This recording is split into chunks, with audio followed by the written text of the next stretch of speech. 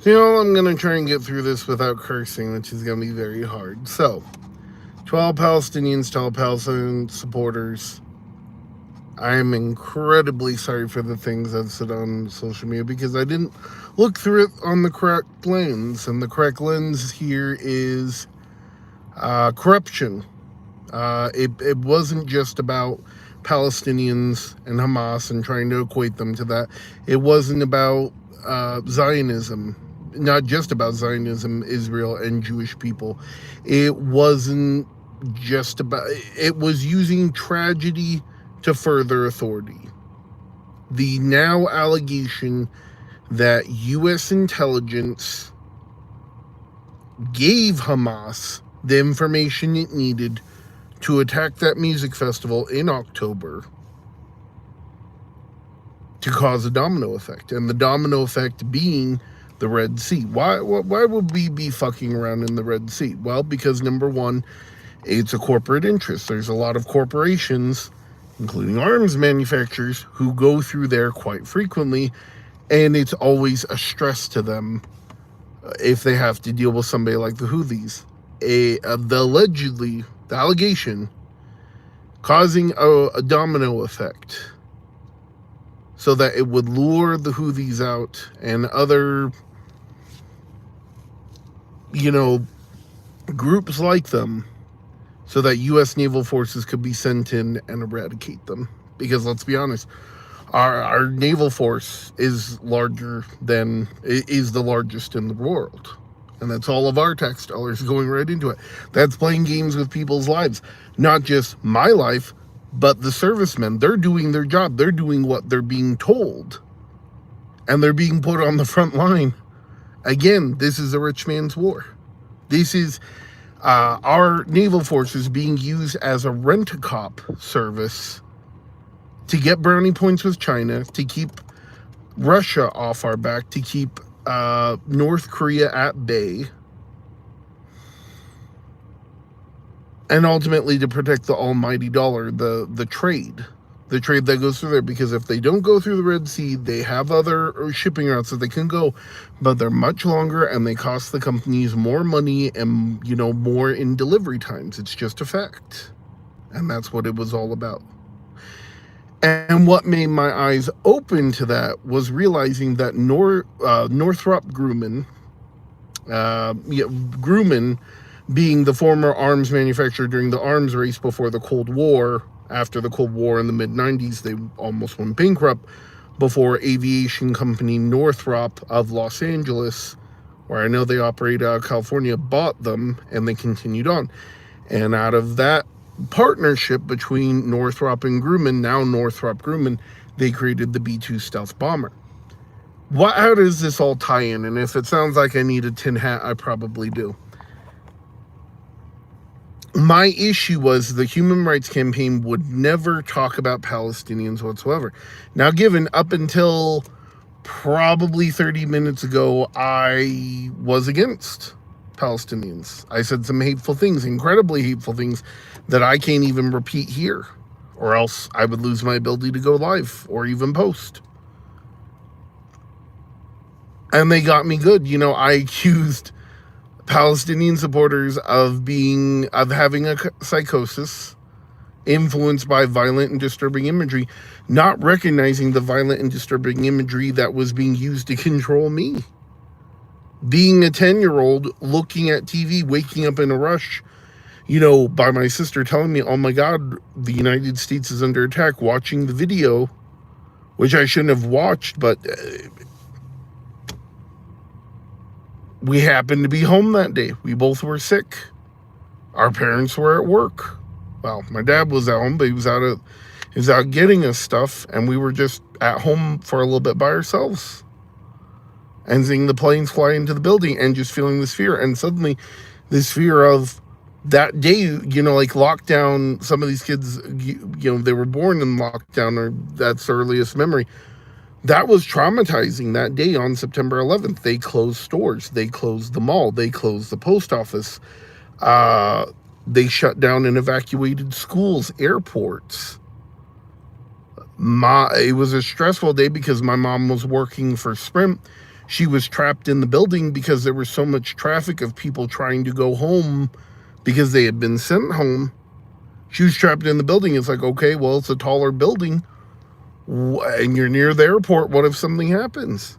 It was an incredibly stressful day, and not recognizing that I was influenced by violent and disturbing imagery that influenced me to say hateful things to Palestinians because, again, going back to the Islamophobia, and I'm not promoting terrorism. I'm not putting Hamas on a pedestal. I'm not putting the Houthis on a pedestal. But you now see it for what it truly is. It was about protecting the almighty dollar. It was about protecting corporate interests that line the pockets of every politician in Washington, D.C. right now.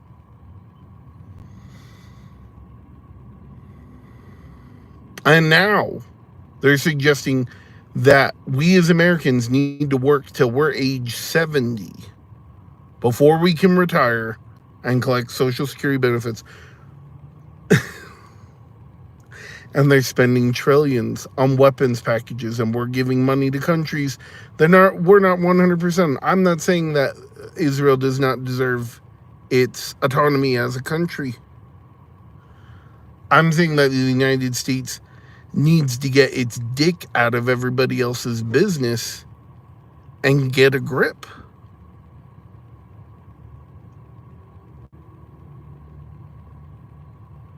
I've never been, and it's not mad in a way that I would want to do something violent. I'm not going to do that. I'm not going to stoop to that level. I'm angry in the point of I have protested before, and I have protested very effectively. I have protested without ever having to threaten anybody in any way, shape, or form. Everybody all these politicians think they're hot shit until you have 7,000 envelopes arrive at your front door.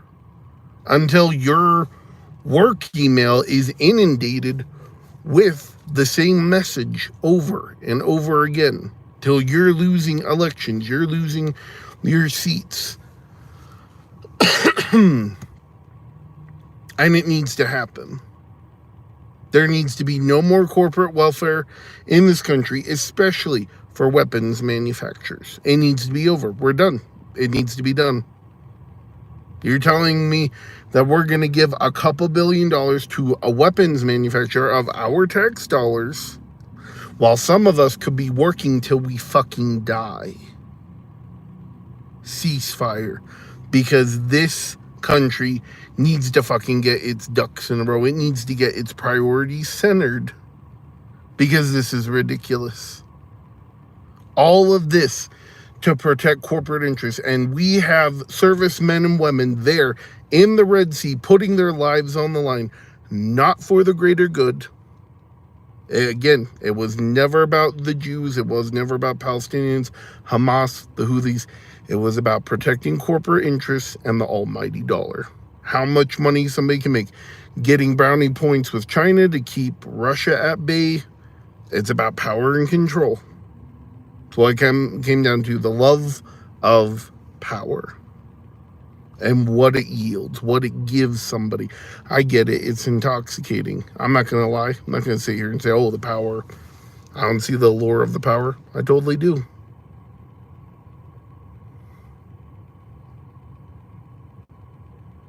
And 30 minutes ago, I could have gone the complete other direction.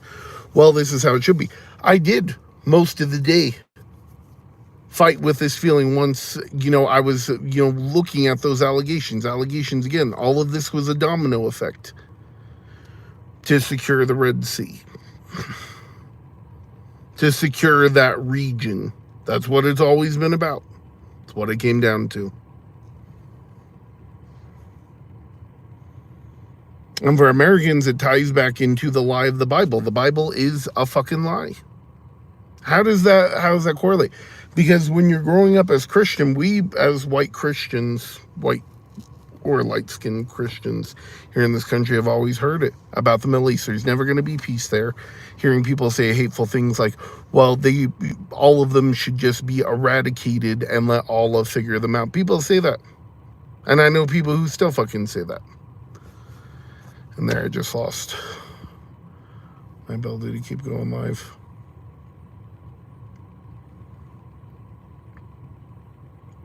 It's this lie because there's parts of the Bible, which again, the Bible can be, how's this tie in?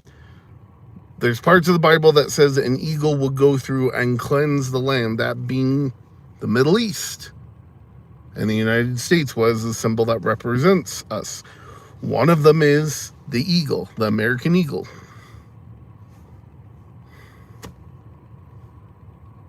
It's this gigantic lie that the United States has to be inserted in every possible thing. Their dick has to be in every possible conflict. We have to be involved. I know when to mind my own business. I know when to clean my own house. What the U.S. essentially is doing is going in and cleaning someone else's house, while in their own, there's trash, there's dirty laundry, there's a toilet that needs to be cleaned, there's a shower that needs to be treated. You're neglecting your own house to clean somebody else's. That's what's happening with the United States. And we have hit our I think we've hit our breaking point. With the suggestion, we're playing this back and forth between good guy, bad guy, Republican versus Democrat, and it's been a fucking class war the whole time. Using our tax dollars against us, pitting us against each other so that someone can weasel in through the middle and claim control over both of us, conservative or liberal, old and young, every polarity. And it has to be over, okay? And I'm not putting down the servicemen and women that are out there. I'm not saying that they're stupid. I'm not saying they're doing what they're supposed to do. But they're doing it it's another rich man's war. So that some billionaire who already has 100 other tax loopholes that they can, somersault through, who are able to write off their jets, who are able to write off, their income properties, people who are so filthy rich, they could stop right now and they would have enough money to live for 1,000 lifetimes, while some of us are struggling to even get by. I'm not also going into the socialism thing. I'm not going to sit here and say, I value when people have worked hard. And some of these people that are benefiting the most off of war, pain and suffering, they have contributed nothing. They have just been there at the right place, the right time. I'm tired of it. I'm tired. I am tired of knowing that I have worked more than some people are sitting in Washington right now. And I have it's not just about that. It's being able to afford. It's being able to have a break. People wonder why we're so angry, why some people are so angry at the government, because we're tired. We are burnt out. We are angry. We are dejected. You have subjected us to so much psychological and emotional trauma that we are numb to your antics, including right now.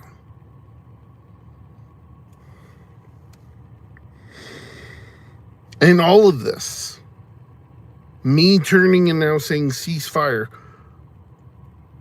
I would have said nothing.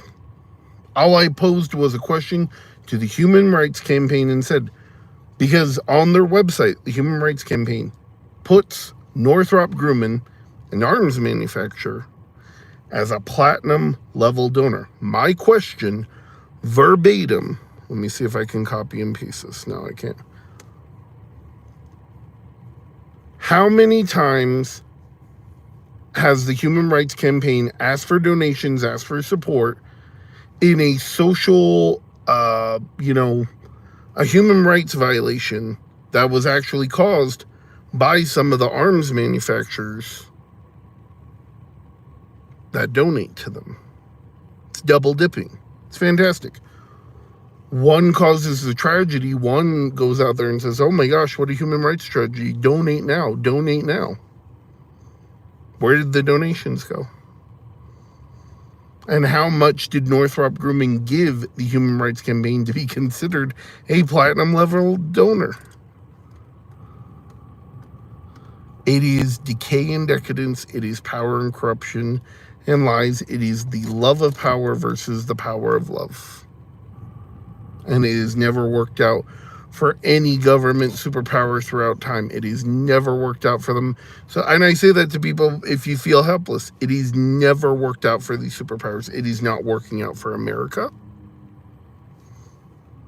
Because just like other Palestinian supporters are fed up, I'm now fed up. And I'm fed up because I couldn't even ask a question. I showed my undying loyalty to this country. I have cut off friendships. I have quit jobs. I have cut off family that I actually cared about because I thought I was doing the right thing for the greater good for this country, and it meant absolutely shit.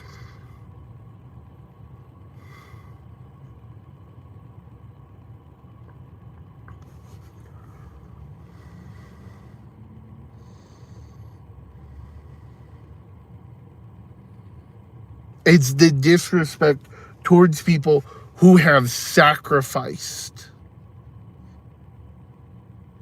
And you lied to us and said we were doing the right thing. That's the only reason why we fought as hard as we did, why we tried as hard as we did, why we sacrificed the most, because we thought we were doing the right thing. We did it selflessly, thinking we were making a difference. And you shit on that. It's like the third take and I keep fucking crying.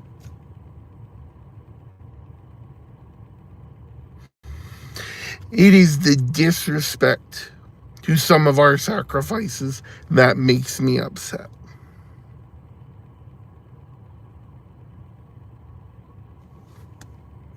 It is the convincing us that these people deserve to suffer because they're not Americans because of 9/11. You know what? The more I learn about what led up to 9/11, the more, and I'm not promoting terrorism, the more I'm just kind of left with, I'm not surprised that there are other countries that want us dead. It doesn't make it right. It doesn't mean that the people who died on 9/11 deserved it. I'm never going to say that.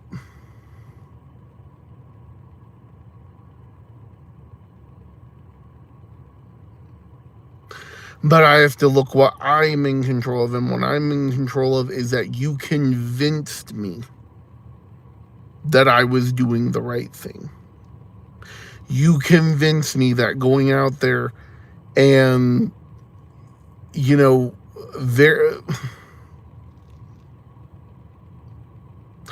toying with my emotions.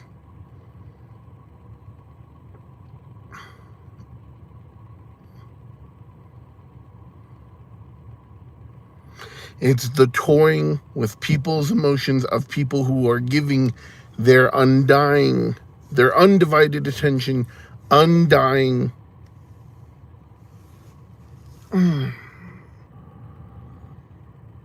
undying loyalty. That I was ready to die for it again and would be happy to do so. And it's all just a rich man's war again.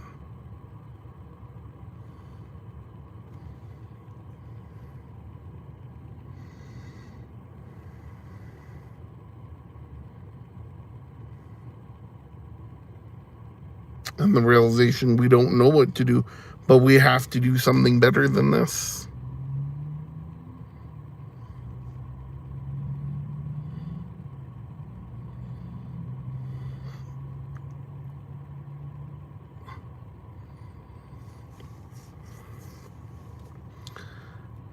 I don't know what to do.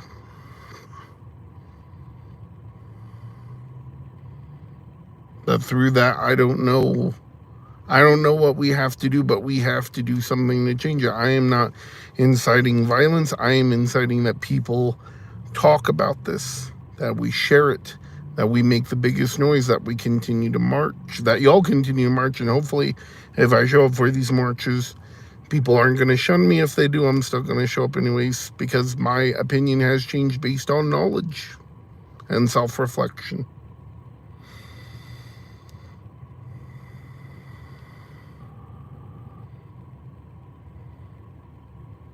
It almost felt like a psychosis at some point, because it's just like, this isn't me.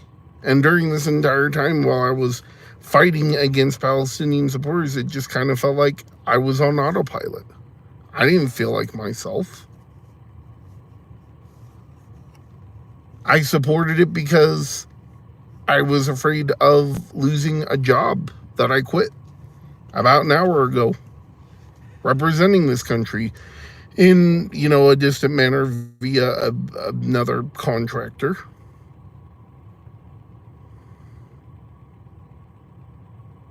And again, I did it. Nobody asked me to. I did it because I thought I was doing the right thing. But in a moment's notice, I am treated like a traitor. I am treated with the same disrespect because I asked a question, and because you're afraid of that question, it told me everything I needed to know. Why is Northrop Grumman supporting somebody like the Human Rights Campaign? Why can't the Human Rights Campaign and so many other organizations say and speak out on the atrocities that are happening? And they can't because corporate interests. And we hear, well, it's just good business. Okay, so you're not there to actually do the greater good. You're just there to collect the check and behave as a business. For 10 years, Northrop Grumman has been involved with the Human Rights Campaign. I would have never lifted a finger for this organization if I had known that. Not one finger. Well, maybe this one.